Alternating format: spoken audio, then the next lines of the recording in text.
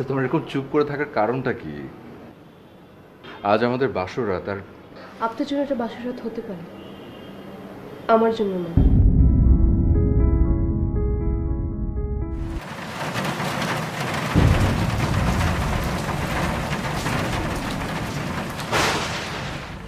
ওহ, পা হাত সব ব্যথা হয়ে গেল বুঝলি। আচ্ছা, তুমি নিজে নিজে কেন সবকিছু করতে গেলে? আরে আমার ছেলের বিয়ে আমি যাব না, খাটবো না, এটা কোনো কথা হলো? তোমরা যে যাই বলো, আমার রাসেলের কপালটা মাশাআল্লাহ খুব ভালো। কি অপরূপ, যেন সাক্ষাৎ পড়ি। ক্রেডিটটা কিন্তু আমার। তা তো অবশ্যই, কিন্তু আমার ছেলেরও ক্রেডিট আছে বুঝছো। দেখো, তোমার পছন্দ করা মেয়ে আমার ছেলে মেনে নিল, কোনো কিছু জানতে চাইলো না। মেয়েটা কি লেখাপড়া করেছে, মেয়েটার বংশ কেমন, মেয়েটার পরিবার কেমন, কোনো কিছু জানতে চাইলো না। হ্যাঁ, তোমার পছন্দ কি সে পছন্দ করলো, সবচেয়ে বড় করে দেখলো। এটা ক্রেডিট না বলো? অবশ্যই। তোমরাই সব ক্রেডিট নিয়ে নিচ্ছ। আর এই যে আমি, বড় ভাইয়া, ভাবি সবাই মিলে বিয়ের এত আয়োজন করলাম, শপিং করলাম, এটার ক্রেডিট দিবা না? তুই আবার কি গিফট চাস? আগে বলো দিবা। আগে তো শুনি যে কি গিফট চাস। আচ্ছা, দিব, যা বল। আমার একটা মোবাইল চাই। আরে তোর না মাত্র মাস তিনেক আগে একটা নতুন মোবাইল কিনে দিলাম। 3 মাসের মধ্যে মোবাইল পুরনো হয়ে যায়। ভাইয়া এটা পুরনো হয়ে গেছে। আচ্ছা, যা যা, দিব, যা। দিবা ভাইয়া? ঠিক আছে, ঠিক আছে। রাসেল, রুমু মনে হয় আসবে না। তুমি এক কাজ করো, তুমি উপরে যাও। ও বেচারা অনেকক্ষণ ধরে উপরে বসে আছে একা একা। আচ্ছা, ঠিক আছে, কথা বলছি, একটু পরে যাচ্ছি। না প্লিজ, এখনই যাও, খারাপ দেখা যায়। আরে এমনিতে কেন, অনেক রাত হয়েছে, যা তো যাও। আরে আবার কি চিন্তা করে, যা না রে বাবা। নতুন বউ একা একা পালায় ও এখানে বসে আছে। তো আমার ঘুম পাচ্ছে। ঘুম পাচ্ছে তো ঘুমাও।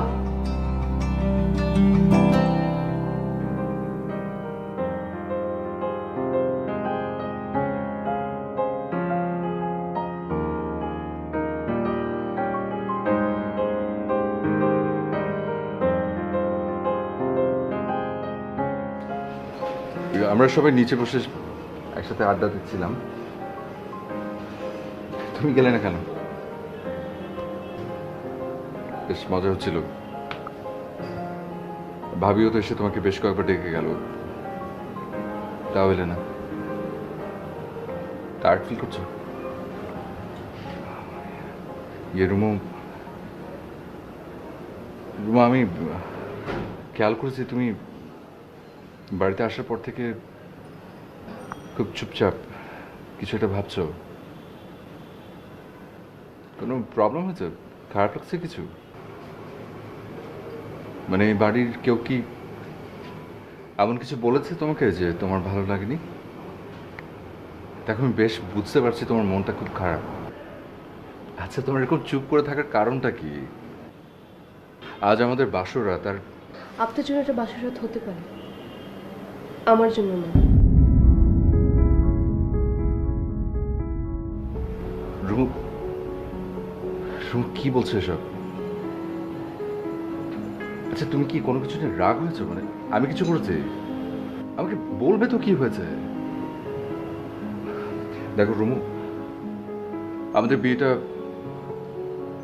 ফ্যামিলিগতভাবে হয়েছে, স্যাটল ম্যারেজ। আমি তোমার সম্পর্কে কিছুই জানতে চাইনি, কথা হয়নি। শুধুমাত্র আমি আমার বাবা মার কথাকে, পছন্দকে প্রাধান্য দিয়েছি। তাই আমি কিচ্ছু জানি না তোমার ব্যাপারে। এখন তুমি যদি আমাকে না বলো, আমি কি করে বুঝবো? আমার ব্যাপারে খুব ভালো করে জেনে নেওয়া উচিত ছিল আপনার। এই বিয়েটা করে আপনি ভুল করেছেন। মানে? আমাকে জোর করে বিয়ে দেওয়া হয়েছে।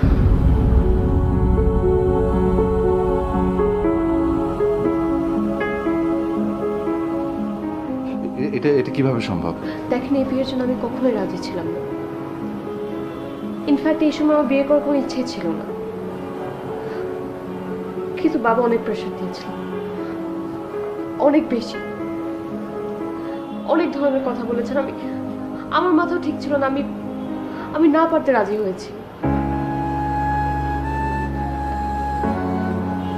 তাছাড়া আর অনেক কথা আছে যেগুলো আমি এই মুহূর্তে বলতে চাচ্ছি না, আমার ভালো লাগছে না। তাহলে এখন এখন কি হবে? আমি জানি না, আমি জানি না এখন কি হবে, এবং আমি এটাও জানি আপনি চাইলে আমার সাথে জোর করতে পারেন, কারণ আমি এখন লিগালি আপনার ওয়াইফ। কিন্তু ব্যক্তি মানুষ হিসেবে আমার সাথে অন্যায় করা হয়েছে। আমি এই বিয়ের জন্য রাজি ছিলাম না, ব্যক্তি মানুষ হিসেবে আমার সাথে অন্যায় করা হয়েছে। আমি আপনাকে আমার স্বামী হিসেবে কখনো মেনে নিতে পারবো না। তার মানে আপনি বুঝেছেন, আমি আপনার কেউ নেই। আপনার কাছে জাস্ট একটাই রিকোয়েস্ট, আপনি প্লিজ আমার সাথে কোনো ধরনের অন্যায় করবেন না।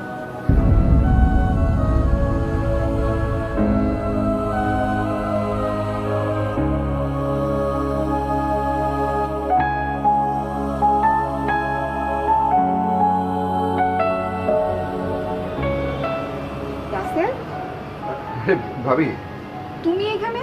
কোনো সমস্যা? না না, সমস্যা ওই সমস্ত ফ্রেন্ডরা ফোন করে ফাজলামি করছে, তাই এখানে সে কথা বলছি। ও আচ্ছা, দেখি ফোনটা দেখি। তুমিও বোকা কম না, এমন একটা রাতে কেউ ফোন খোলা রাখে? আচ্ছা, আমি ফোনটা অফ করে রেখেছি, তুমি এখন ঘরে যাও। তোমার নিশ্চয়ই বিরক্ত হচ্ছে তোমার এসব কাজে। যাও।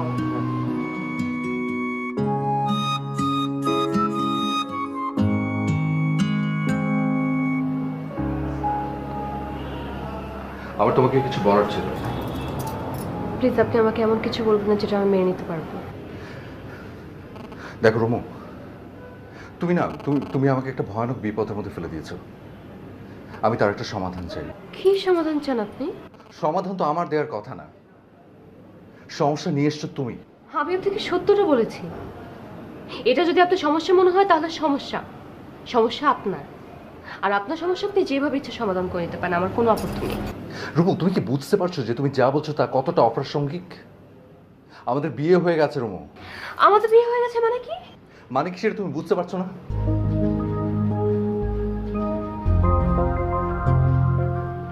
রুমু, বিয়ে না কোনো ছেলে খেলা না। এটা হুট করে হয় না, হঠাৎ করে হয়ে যায় না। এটা একটা দীর্ঘ সামাজিক অনুষ্ঠান। তুমি আমাকে বলছো যে তোমার বাবা তোমাকে ইমোশনাল ব্ল্যাকমেল করে তোমাকে বিয়েতে রাজি করিয়েছে। আমার প্রশ্ন হচ্ছে, উনি কেন তা করবেন?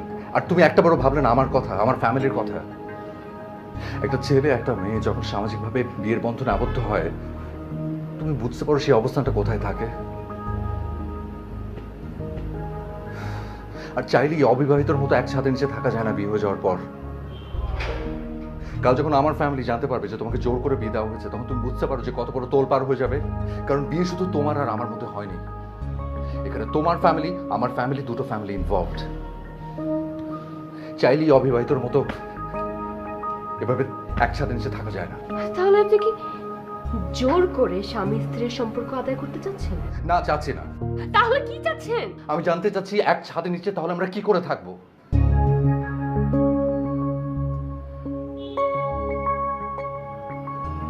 দেখেন, আমি আমার বাবাকে অনেক ভালোবাসি। আমার কারণে আমার বাবা অপমানিত হবে, কষ্ট পাবে, আমি এটা চাই না। আমার ইচ্ছে না থাকলে আমি এই সংসারটা করব। আমি আপনার সাথে একই ঘরে একই জায়গায় থাকবো, কিন্তু আপনি আমাকে স্পর্শ করতে পারবেন না। এটুকু দয়া তো আপনি করতেই পারেন, এইটুকু আমার জন্য করবেন না?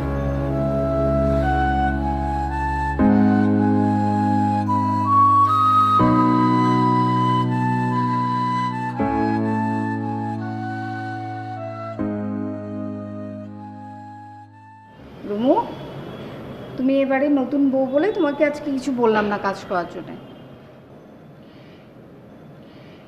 কাল থেকে আমার সাথে কিন্তু তোমার হাতে হাত মিলিয়ে কাজ করতে হবে, কেমন?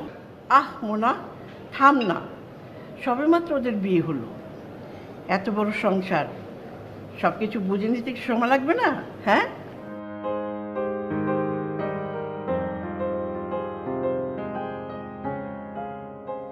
রাসেল, কি হয়েছে তো? এত তাড়াহুড়া করছিস কেন? হ্যাঁ, বাবা ওই একটু অফিস যেতে হবে, ভাবি আমাকে একটু পানি দেবো। কিরে, তুই না বললি যে বিয়ে পারপাস তুই 2 সপ্তাহ ছুটি নিয়েছিস? তো আমি বললাম বিয়ের জন্য যদি 2 সপ্তাহ ছুটি হয় তাহলে হানিমুনে কি করবি? তুই না বললি যে দুটো মিলিয়ে তোকে 15 দিন ছুটি দেওয়া হয়েছে, আর আজকে কিনা বলছিস তুই অফিসে যাবি? ব্যাপারটা তো ঠিক বুঝলাম না। ওই আর কি কিছু ইম্পর্টেন্ট কাজ জমা ছিল, আর একটু ডিসিশন চেঞ্জ করেছে আর কি। ওই মানে আর আর আর কটা দিন পরে গেলে আর কি ইয়ে হবে, তোমার ছুটি আর একটু বেশি পাবো, তো এই জন্য প্ল্যান চেঞ্জ করেছি। তোর যা খুশি তাই কর। কিন্তু এত তাড়াহুড়া করে রাস্তা করছিস কেন? হ্যাঁ, আরে আস্তে ধীরে সুস্থে রাস্তা কর। আচ্ছা,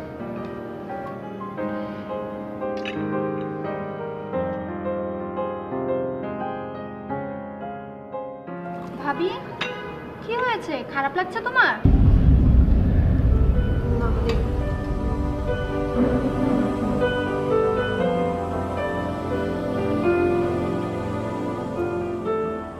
রাসেল, জি মা।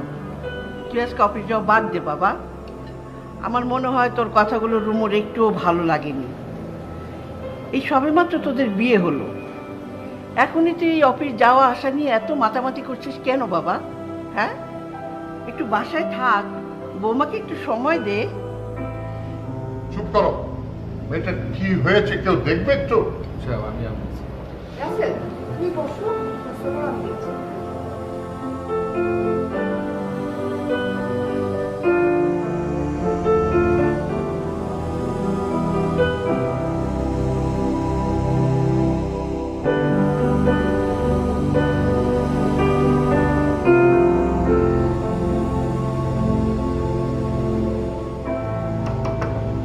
রুমু,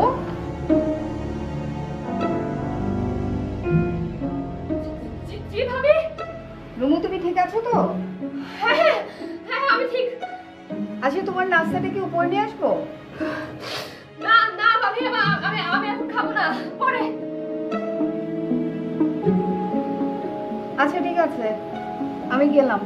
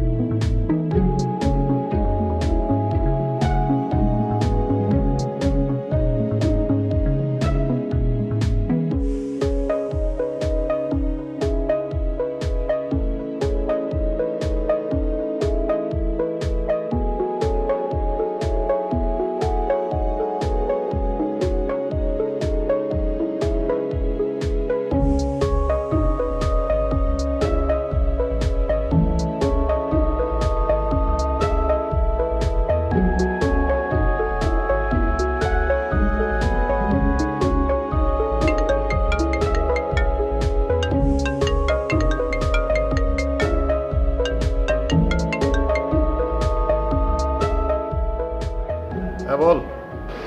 সেটা দোস্ত সব শেষ, যা ছিল সব শেষ হয়ে গেছে দোস্ত। প্লিজ আমার আরো লাগবে, প্লিজ দোস্ত, তুই যেখানে থাকিস আমার কাছে প্লিজ, আমি পারতেছি না, প্লিজ। আচ্ছা, তোর নতুন বাসার ঠিকানাটা দে। ঠিক আছে, আমি ঠিকানা দিচ্ছি, একটু পর ফোন দিচ্ছি।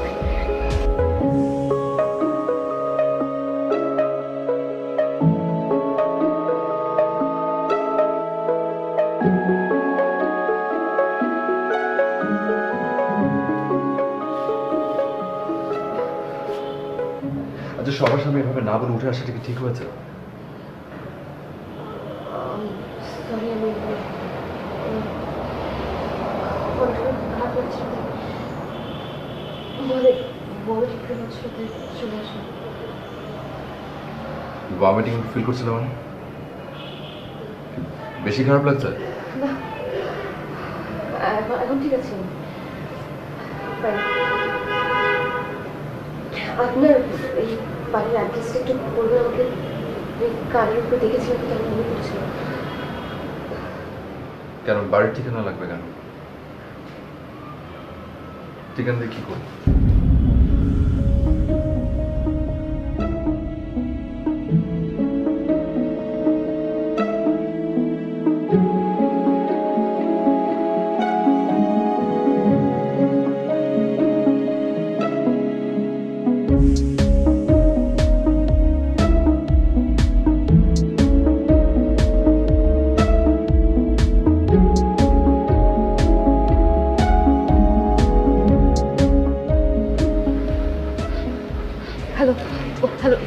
শোন, হাউস নাম্বার 12, হ্যাঁ, রোড 20, উত্তরা। মনে থাকবে তো? আচ্ছা, এখন বল কখন আসবি? আচ্ছা শোন, আমি সন্ধ্যা 7টার মধ্যে চলে আসবো। এত দেরি কেন? তোর কাছে নেই? আচ্ছা শোন, আমার কাছে শেষ তো, আমাকে একটু সময় দিতে হবে না? আমার তো কিনতে হবে নাকি? আগে যেখান থেকে নিতাম সেখানে পুলিশ রেড দিয়েছে, ওই লোকগুলো ওখানে আর থাকে না। ও ঘর, তাহলে আমি এতক্ষণ কি করব? রুমো রুমো, এত প্যারা নিস না, আমি আছি তো। শোন, 7টার আগে তুই আমার বাসার সামনে আসবি, এসে আমাকে কল দিবি, আমি ওয়েট করতেছি। আচ্ছা ওকে।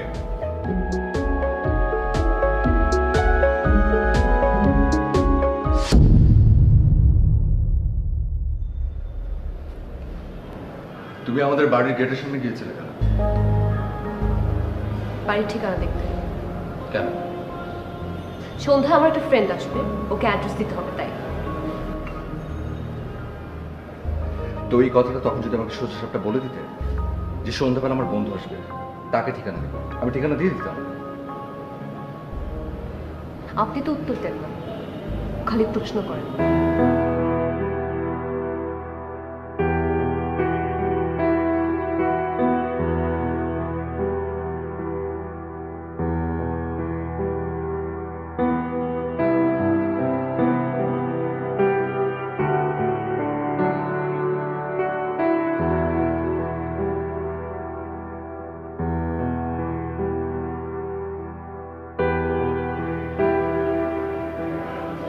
লুমু, লুমু, সন্ধ্যা হয়ে গেছে, তুমি একটু ফ্রেশ হয়ে নাও, আমি তোমার জন্য চা নিয়ে আসি।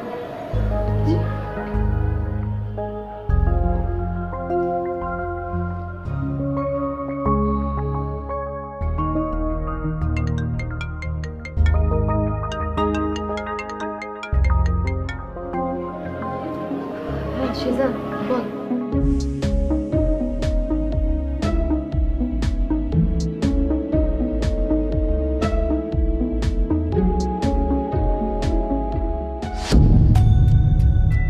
তুই উপরে কেন চলে এসেছিস? তোকে নিচে থাকতে বললাম। আমি জানতাম তুই নামবি না। 40 মিনিট ধরে তোকে ফোন দিচ্ছি, তুই ফোন ধরে কি বললি? তুই নামছিস নামছিস। আমার জন্য কি এতক্ষণ দাঁড়িয়ে থাকা সম্ভব বল? আমি নিজে উপরে চলে আসছি। হয়েছে কই? এনে ধর। সব কিছু আছে তো? সব আছে, তোর প্যারা নিতে হবে না। তুই যে কেন বিয়ে করতে গেলি, তোর শ্বশুরবাড়ির লোকজন যদি জানে কি মনে করবে? জানবে জানবে, আই ডোন্ট কেয়ার। তুই জান। আচ্ছা ঠিক আছে।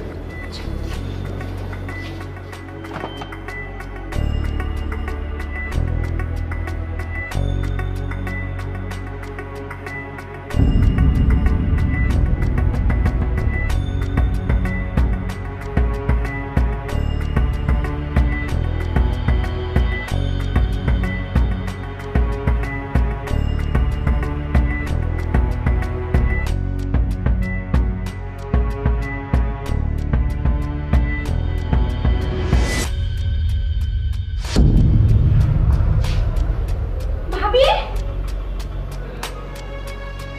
বড় ভাবি, ভাইয়া, ভাবি, ভাবি, আমি সোমা। ভাবি উঠো না, কি হয়েছে তোমার? ভাবি, ভাইয়া।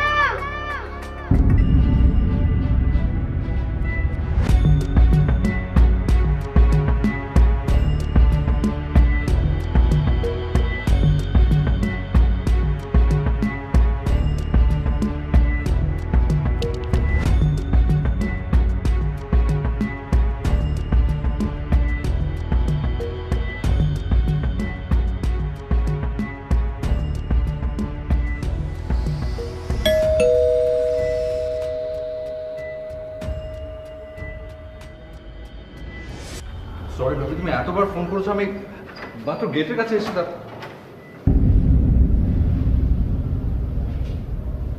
কি হয়েছে? সালাম আঙ্কেল। বাবা ঠিক আছে? মা? আরে কেউ কিছু বলছে না কেন?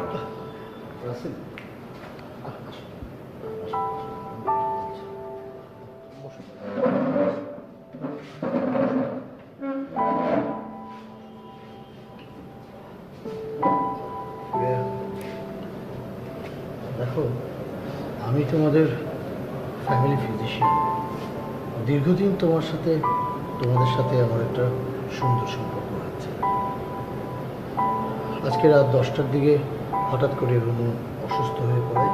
আমি খবর পেয়ে না ঘাবড়াবার কিছু নেই, আপসেটও হো না।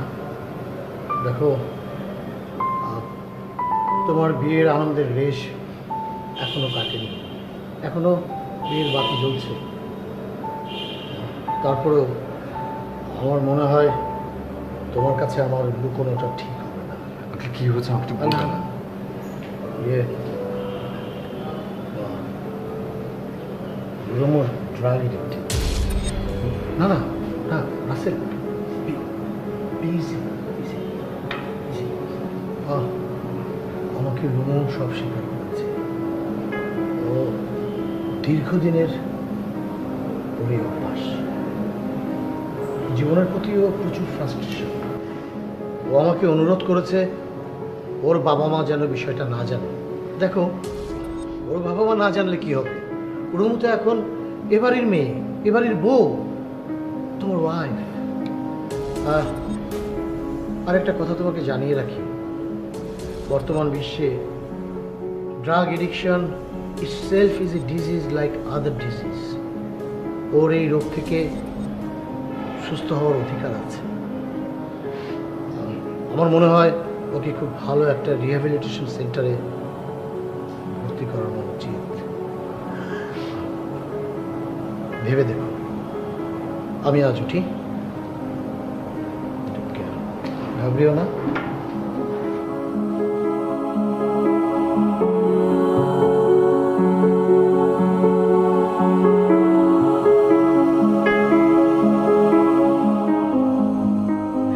এই যে শোনো, এই তোমার বন্ধুর মেয়ে না? ছি ছি ছি ছি ছি ছি।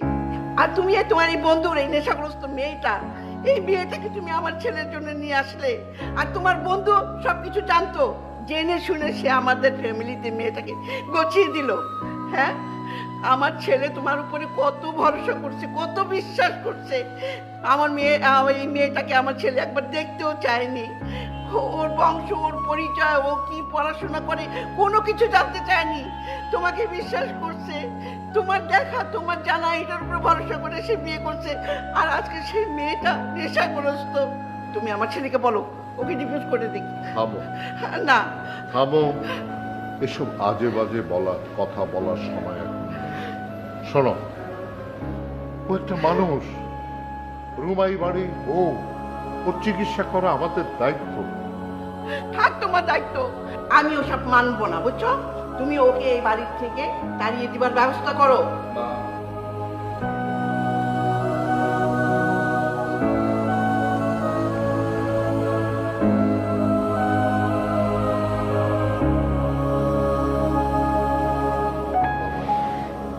Sorry.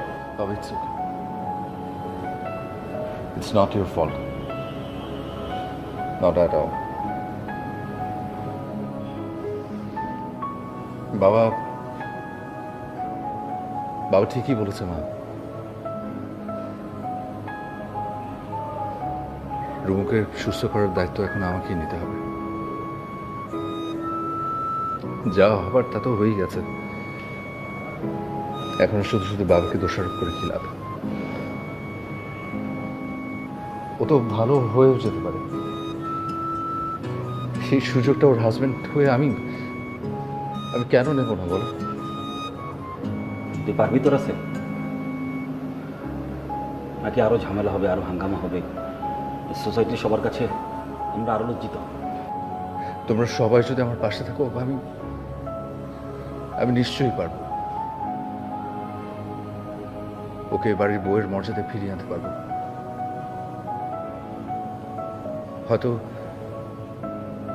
হয়তো সেটা হবে রুমুর জন্য নতুন একটা জীবন। এটা মানুষের জীবনকে দোষারোপ করে আমরা নষ্ট করে দিতে পারি। আবার খুব উচ্ছৃঙ্খল একটা জীবনকে আমরা আলোর পথ দেখাতে পারি। এখানে চেষ্টাটাই আসলে মূল লক্ষ্য, তাই না বাবা? আমি তো পাশে আছি বাবা।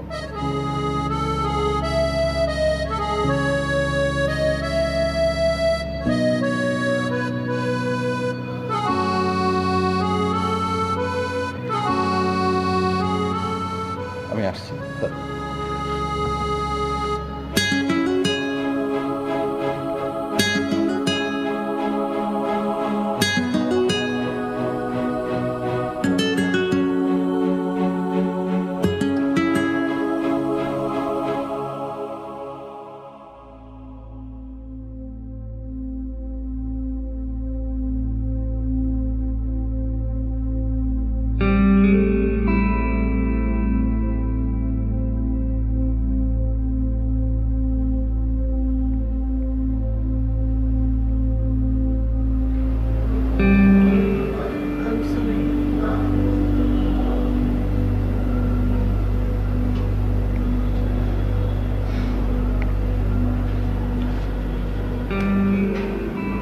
তুমি প্রথম রাতে যেদিন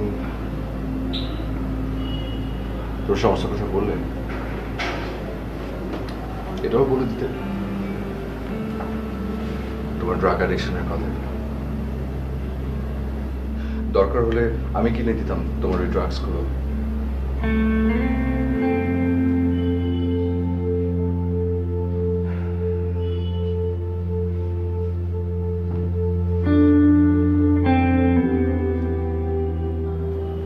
তুমি ড্রাগস নাও কেন? কষ্ট। কিসের কষ্ট?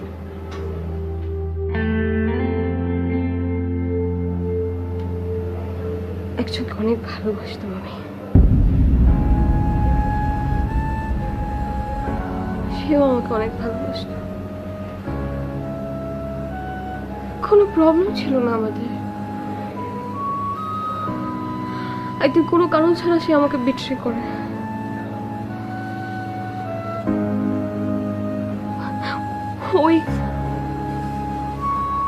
ওই কষ্ট, ওই অপমান আমি সহ্য করতে পারছিলাম না। আমি কি করব না করব, নিজেকে কিভাবে সামলাবো আমি বুঝতে পারছিলাম না। একদমই বুঝতে পারছিলাম না। তখন আমি প্রথম ট্র্যাক নেই, নিজেকে শান্ত করার জন্য, সবকিছু ভুলে যাওয়ার জন্য। তারপর অভ্যাস হয়ে যায়। তার মানে একটা মিথ্যে প্রেমের কাছে তুমি হেরে গেছো। ওকে ভুলতে না পেরে আমি হেরে গেছি। সে আর ফিরে আসবে না। যদি আসে,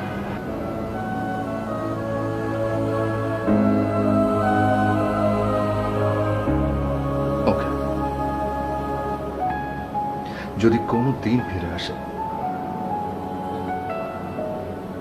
যদি কোনোদিন তোমার বিয়ে হয়ে গেছে জেনেও সে তোমাকে পেতে চায়, আই প্রমিস আমি তোমাকে সেদিন মুক্ত করে দেব। কিন্তু একটা শর্তে। কি? ড্রাগস ছাড়তে হবে, ভালো হতে হবে। যে মানুষটার জন্য তোমার এতদিনের অপেক্ষা, সেই মানুষটার জন্য তোমাকে সুস্থ হতে হবে। আমি তোমাকে হেল্প করব। ট্রাস্ট মি রুমা, হাজব্যান্ড হিসেবে না, ফ্রেন্ড হিসেবে। তুমি আমাকে হাজব্যান্ড নাই মনে করতে পারো, ফ্রেন্ড তো ভাবতে পারো। আমি কাল তোমাকে কোনো ভালো একটা রিহ্যাব সেন্টারে নিয়ে যাবো। ওরা কাউন্সেলিং করবে। অল্প কিছুদিন হয়তো থাকতে হতে পারে, কিন্তু আমি শিওর তুমি ভালো হয়ে ফিরে আসবে। পারবো না। তোমাকে পারতেই হবে, পারতেই হবে। Thank you.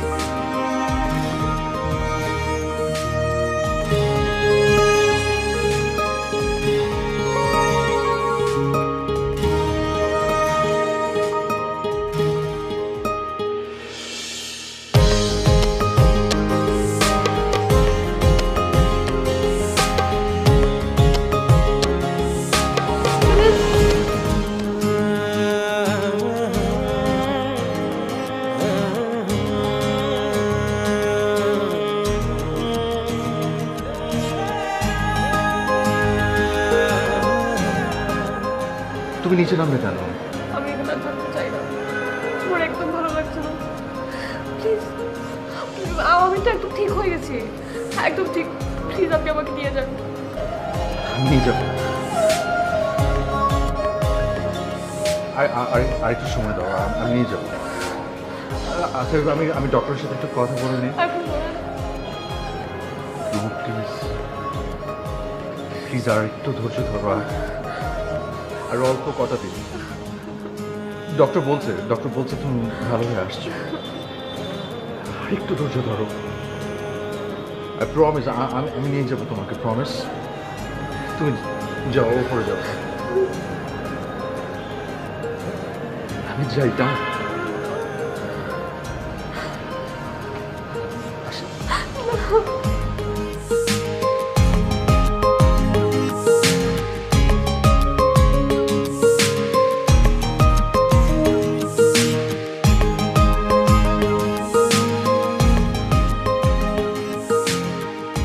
আঙ্কেল, বাবার মা তো আমাদের এক আত্মীয়র বাসায় গেছে, ফিরতে একটু রাত হবে। আর জুয়েল তো জানেন এখন অফিসে, কিন্তু আপনি কেন এই সময় বুঝলাম না। আমাদের রুমু এখন সত্যি জীবনের উৎসবে ফিরে এসেছে। রাসেল গেছে, আজকে ওকে বাড়িতে ফিরিয়ে আনবে। আঙ্কেল কখন নিয়ে আসবে বলেন না, কখন? এই তো কিছুক্ষণের মধ্যেই ফিরে আসবে। ওই তো দেখো না।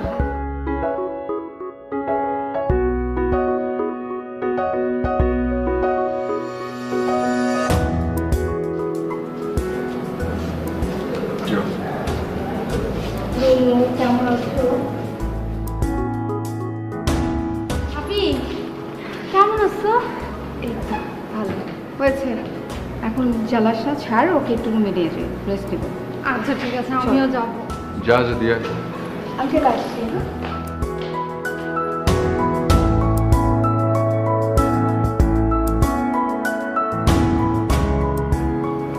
রাসেল, আমি সত্যি আজ খুব খুশি।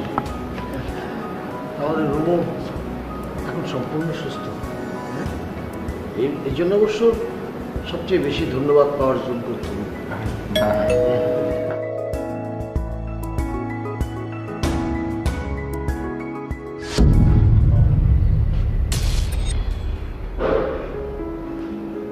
তুমি এখানে কেন আসছো?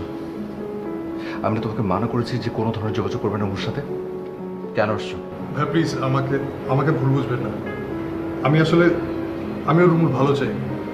গত 3 মাস আপনার কথা মতো আমি ওর সাথে কোনো যোগাযোগ রাখিনি, কিন্তু আজকে বাধ্য হয়ে আমার আসতে হয়েছে আপনাকে একটা খবর দেওয়ার জন্য। কিসের খবর? আসলে রুমু যাকে ভালোবাসতো সে এখন বাংলাদেশে আছে। সে এখনো রুমুকে পেতে চায়। ইভেন সে ঢাকায় এসে আমাকেও খুঁজে বের করেছে। সে পাগলের মতো রুমুকে খুঁজছে, তার নাম্বার চাচ্ছে, তার বাসার ঠিকানা যাচ্ছে। আমি কি করবো আমি ভেবে পাচ্ছি না। অনেক কষ্ট করে তাকে বোঝানোর পর আমি তাকে সিলেটে পাঠিয়েছি, কিন্তু সিলেট যাওয়ার আগে সে আমার হাতে একটা চিঠি ধরিয়ে দিয়ে বললো এটা যেন আমি রুমুর কাছে পৌঁছে দিই। চিঠিটা আমি আপনার হাতে দিতে চাই, বাকি সিদ্ধান্ত আপনার। ঠিক আছে ভাই, আমি আসি।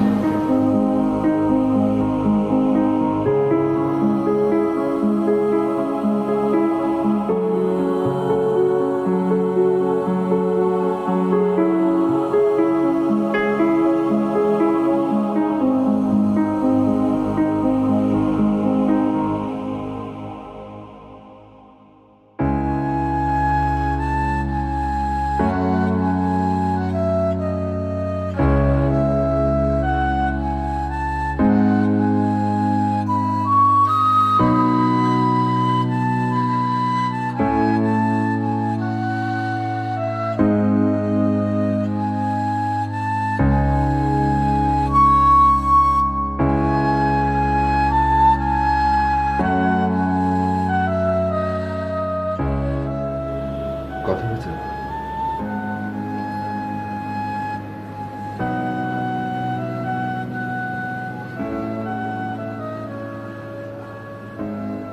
কখন যাচ্ছ?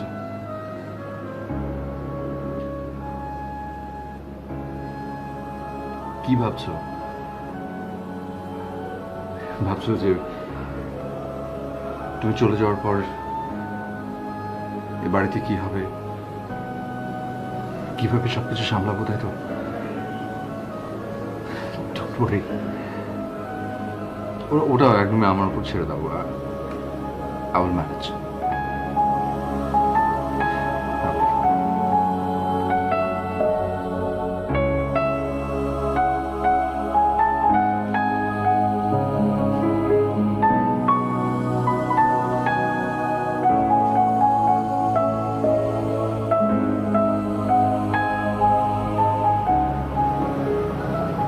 Thank you for everything.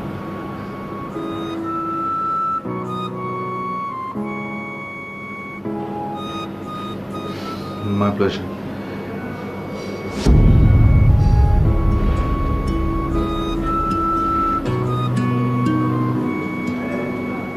আপনার তো শরীরে গরম, জ্বর।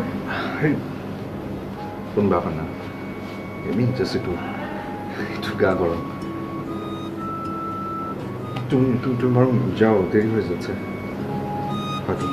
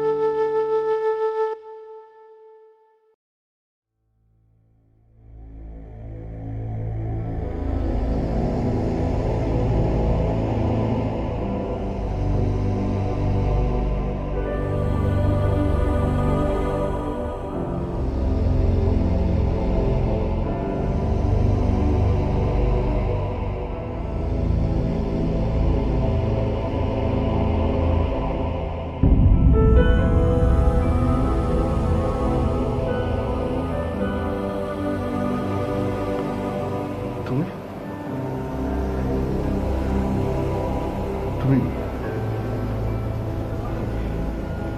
যাওনি? রুম কি হয়েছে? কোন কি ঝামেলা হয়েছে? তুমি ঠিক আছো? যাওনি কেন? এত প্রশ্ন করেন কেন? ডক্টর আঙ্কেলকে বলা হয়েছে উনি রাস্তায় আছেন এবং বলেছেন নিজের ওয়াইফকে এত প্রশ্ন করতে নেই।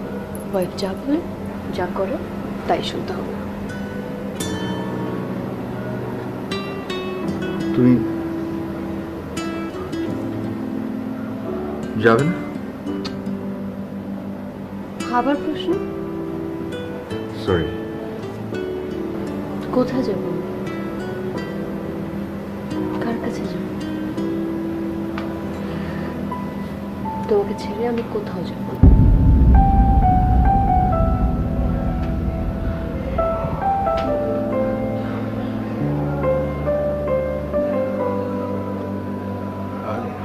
আরে একটা প্রশ্ন করি প্লিজ।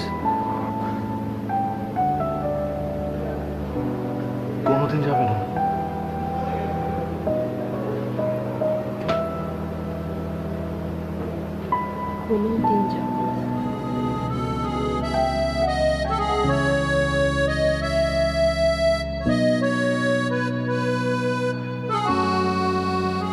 আমার না, আমার ঠিক বিশ্বাস হচ্ছে না। তুমি মানে আমি আসলে সত্যি যাবে না?